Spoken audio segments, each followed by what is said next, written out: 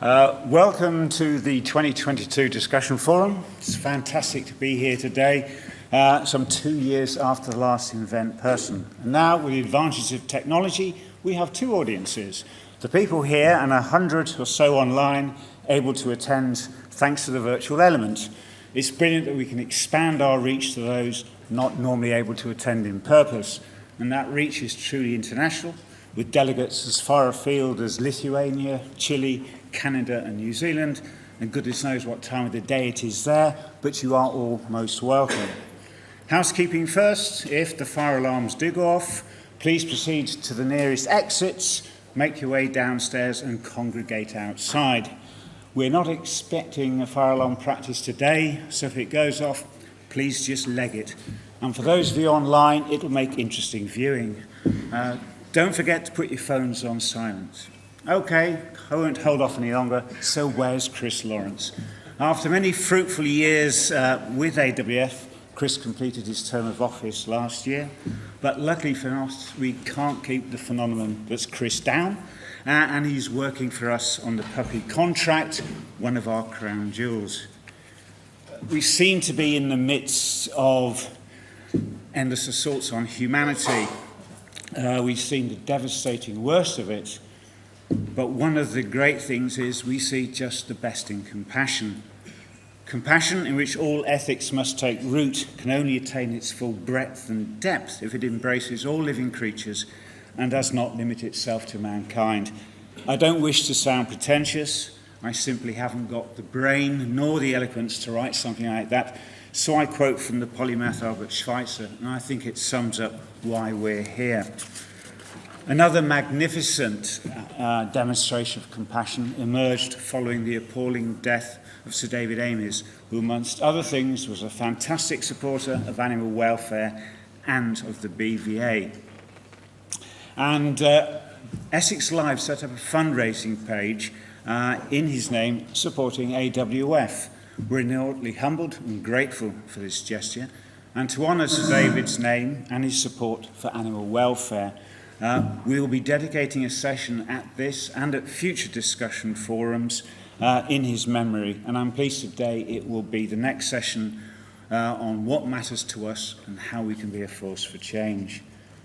AWF exists to support animal welfare professions to deliberate, learn and advance animal welfare practice in the UK, and our discussion forum does just exactly that, whilst held in a safe space, sort of Chatham House rules to me.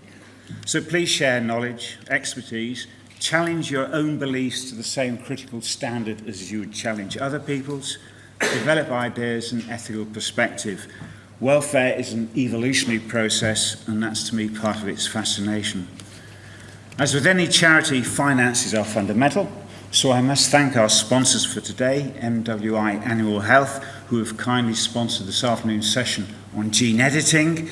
Thank you, and there's some of them here today, so please talk with them. Also, a heartfelt thank you in advance to our speakers and chairs for today, who've all given their time willingly to prepare, talk and debate with us. I will unashamedly keep hinting, or actually asking, for donations, as AWF indeed has a vital place. I hope to expand a little bit on that in the next session. But we rely solely on donations to hold events like this, research, to keep going and do more. Today we'll even put a text message up there where you can donate if you're feeling idle on your phone. Information will appear on a slide later on today. Our current strategic plan features a 3-year theme to prioritise, focus and our research and debate. The current theme is breeding for better welfare.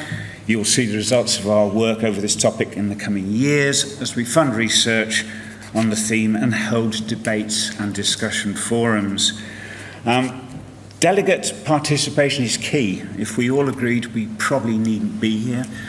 We have a chance to debate today and not absent-mindedly hit a like button. So please help drive the conversation. You can stick a hand up and a roving mic will be magically shoved in your face.